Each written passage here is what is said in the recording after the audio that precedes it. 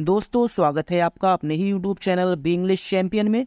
आज हम एक बार फिर से आपके लिए बहुत ही बेहतरीन, दिलचस्प और मोरल स्टोरी लेकर हाजिर हैं, जिसका टाइटल है अनहेल्पफुल फ्रेंड्स, यानी असहायक या अनुपयोगी मित्र।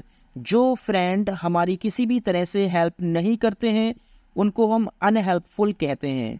तो इस स्टोरी में हमेशा की तरह ग्रामर के पार्ट को बिल्कुल डिटेल में कवर करेंगे, हर एक वर्ड का हिंदी ट्रांसलेशन करेंगे और जो भी इसमें नए वर्ड मीनिंग है उन पर थोड़ी सी चर्चा करेंगे। तो स्टार्ट करते हैं। बनी रैबिट, यानी बनी रैबिट एक खरगोश का नाम है बनी। तो बनी रैबिट लिव्ड रहता था इन यानी में द फॉरेस्ट यानी जंगल। बनी रैबिट एक जंगल में रहता था, वर्ब की सेकंड फॉर्म है ये। लिव्ड यानी रहता था, वर्ब की सेकंड फॉर्म, पास्ट इंडेफिनिट का अफर्मेटिव सेंटेंस। बनी रैबिट एक जंगल में रहता था। ही हैड मैनी फ्रेंड्स, उसके कई मित्र थे। ये हैड है, इसके बाद कोई भी वर्ब की थर्ड फॉर्म नहीं है, इसीलिए ये हैड एक पोजीशन का काम कर रहा है जिसका सेंस है पास होना। इसका यूज पास होने के सेंस में किया गया। जब भी हैड के बाद कोई वर्ब की थर्ड फॉर्म ना आए तो उसका सेंस पास होने में किया जाता है, यानी उसका सेंस जो है पास होने में ही होता है। ही हैड यानी उसके थे, मैनी फ्रेंड्स कई मित्र, उसके कई मित्र थे। ही वॉज प्राउड, उसे गर्व था। ही यानी उसे और वॉज यानी था, प्राउड यानी गर्व। ऑफ हिज फ्रेंड्स, अपने फ्रेंड्स का यानी अपने मित्रों का वो गर्व करता था। वन डे यानी एक दिन, बनी रैबिट हर्ड यानी सुनी, द लाउड बार्किंग यानी जोर से भौंकने की आवाज, ऑफ यानी की, वाइल्ड डॉग्स जंगली कुत्तों की। एक दिन बनी रैबिट ने जंगली कुत्तों की जोर से भौंकने की आवाज सुनी। ही वॉज वेरी स्केयर्ड, तो ही वॉज यानी वो था, वेरी स्केयर्ड बहुत भयभीत। इसमें जो वॉज है इसके बाद कोई भी एक्शन वर्ब नहीं है, इसीलिए ये एक सिंपल पास्ट का सेंटेंस है। वॉज के बाद कोई नाउन, एडजेक्टिव या एडवर्ब आता है, वो सिंपल पास्ट का सेंटेंस होता है। ही वॉज यानी वो था, कैसा था, वेरी स्केयर्ड, स्केयर्ड यानी भयभीत यानी डरा हुआ, वो बहुत डरा हुआ था। ही डिसाइडेड, उसने फैसला किया, टू आस्क फॉर यानी मांगने का, हेल्प मदद, उसने मदद मांगने का फैसला किया। ही क्विकली, वो जल्दी से, वेंट गया, टू हिज फ्रेंड, अपने फ्रेंड डियर के पास यानी हिरन के पास, वो अपने एक फ्रेंड डियर के पास जल्दी से गया। यहाँ पर जो क्विकली है वो एडवर्ब का काम कर रहा है, क्योंकि ये वर्ब की विशेषता बता रहा है। गया लेकिन कैसे, जल्दी से। ही सेड, उसने कहा, उसने कहा, क्या कहा, डियर फ्रेंड, प्रिय दोस्त, सम वाइल्ड डॉग्स, कुछ जंगली कुत्ते, आर चेसिंग यानी पीछा कर रहे हैं। आर के बाद वर्ब की आईएनजी फॉर्म यानी प्रेजेंट कॉन्टिन्यूस का सेंटेंस है ये। जब इस आर एम के साथ वर्ब की आईएनजी फॉर्म दी जाती है, प्रेजेंट कॉन्टिन्यूस का सेंटेंस होता है। पीछा कर रहे हैं, मी यानी मेरा। ये मी किसके लिए बोला है, ये यहाँ पर मी बनी रैबिट यानी खरगोश के लिए बोला गया, मी यानी मी मेरे। तो कुछ जंगली कुत्ते मेरा पीछा कर रहे हैं, तो कौन बोल रहा है, बनी रैबिट।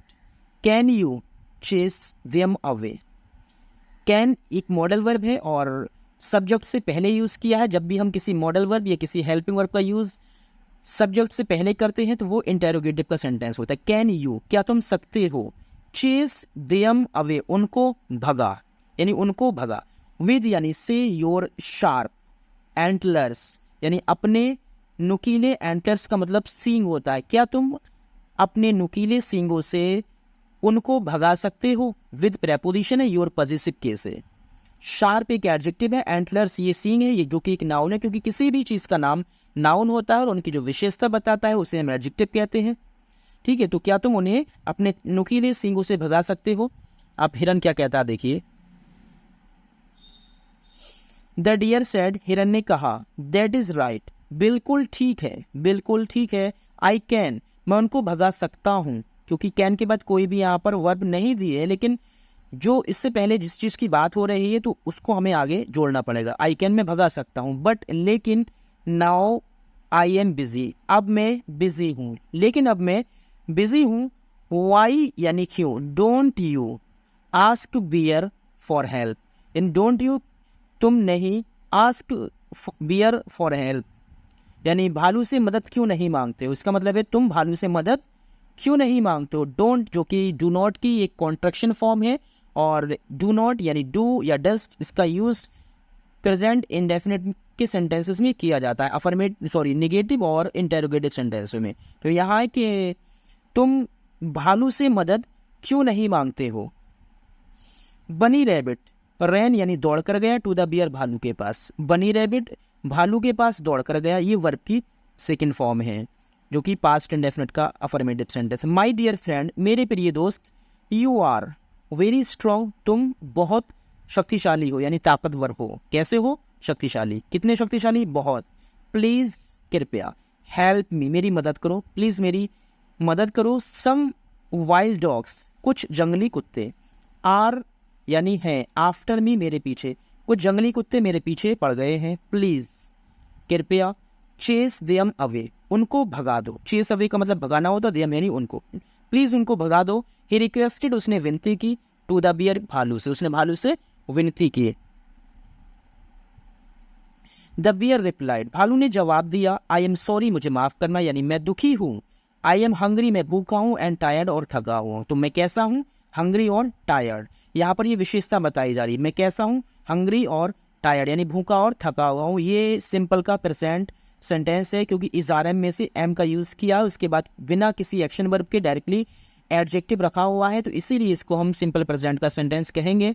आई रीड मुझे ज़रूरत है, टू फाइंड ढूंढने की, सम फूड थोड़ा सा खाना यानी मुझे थोड़ा सा खाना खाने की या ढूंढने की ज़रूरत है। ये नीड यानी ज़रूरत है वर्ब की फर्स्ट फॉर्म है, और फर्स्ट फॉर्म का यूज़ बिना हेल्पिंग वर्ब के प्रेजेंट इंडेफिनिट के अफर्मेटिव सेंटेंसेस में किया जाता है, क्योंकि बिना हेल्पिंग वर्ब के वर्ब की फर्स्ट फॉर्म और किसी भी टेंस में यूज़ नहीं की जाती है, प्रेजेंट इंडेफिनिट के अफर्मेटिव सेंटेंस में यूज़ की जाती है। प्लीज़ कृपया, आस्क द मंकी यानी बंदर से, आस्क फॉर यानी मांगिए, हेल्प यानी मदद, यानी बंदर से मदद मांगिए।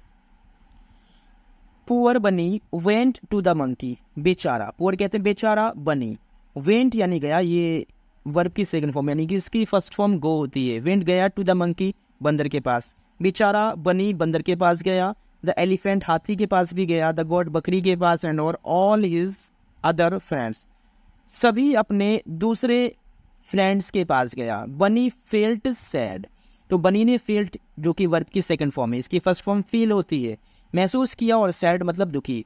बनी ने दुखी महसूस किया, दैट की नोबडी यानी कोई नहीं, नोबडी एक ऐसा वर्ड है इसमें नो लगा हुआ है यानी कि नॉट इसमें ऑलरेडी मर्ज है। नोबडी यानी कोई नहीं, वॉज था, रेडी तैयार, टू हेल्प हिम उसकी हेल्प करने के लिए कोई भी तैयार नहीं था। ही अंडरस्टूड वो समझ गया, दैट यानी कि ही हैड टू थिंक उसे सोचना पड़ा, ऑफ अ वे आउट बाहर निकलने का रास्ता, बाई हिमसेल्फ स्वयं वो समझ गया कि उसे स्वयं ही बाहर निकलने का रास्ता सोचना पड़ा। हैड टू के बाद वर्ब की फर्स्ट फॉर्म, तो इसका मतलब फोर्सफुली हमें एक काम करना पड़ा। ही hide under a bush, he hide वो छिप गया, अंडर यानी में, अ बुश एक झाड़ी, वो एक झाड़ी में छिप गया। हिड हाइड की सेकंड फॉर्म है, तो वो कहाँ छिप गया? झाड़ी में छिप गया। ही ले वो लेट गया। वेरी स्टिल बिल्कुल स्थिर अवस्था में, और स्थिर का मतलब होता है बिना हिले डोले, बिल्कुल भी मूवमेंट नहीं करने को कहते हैं स्टिल। वो बिल्कुल स्थिर अवस्था में लेट गया। द वाइल्ड डॉग्स जंगली कुत्ते डिड नॉट फाइंड नहीं ढूंढ पाए, द बनी यानी बनी खरगोश को जंगली कुत्ते नहीं ढूंढ पाए। द वेंट वे चले गए, चेसिंग पीछा करने, अदर एनिमल्स दूसरे जानवरों का, वे दूसरे जानवरों का पीछा करने चले गए। बनी रैबिट लर्न यानी सीखा, बनी रैबिट ने सीखा, दैट की ही हैड टू लर्न यानी उसे सीखना पड़ा, टू सर्वाइव यानी बचाना, बाय हिमसेल्फ स्वयं, कि उसे स्वयं बचाना सीखना पड़ा। नॉट डिपेंडिंग यानी निर्भर ना रहकर, ऑन हिज अनहेल्पफुल फ्रेंड्स अपने अनुपयोगी दोस्तों के ऊपर डिपेंड ना रहते हुए खुद से ही अपने आप को बचाना सीखना पड़ा। तो इससे मोरल मिलता है, it is better to rely on yourself than and depend on others, यानी इट इज़ बेटर या अच्छा है, टू रिलाई यानी विश्वास करना या भरोसा करना, ऑन योर सेल्फ अपने ऊपर, देन यानी से डिपेंड ऑन अदर्स दूसरों पर निर्भर रहने से तो अच्छा है कि आप अपने ऊपर ही भरोसा कीजिए। तो गाइस स्टोरी पसंद आई तो लाइक और शेयर करें, और अगर अभी तक आप चैनल पर नए हैं तो प्लीज़ चैनल को सब्सक्राइब करें।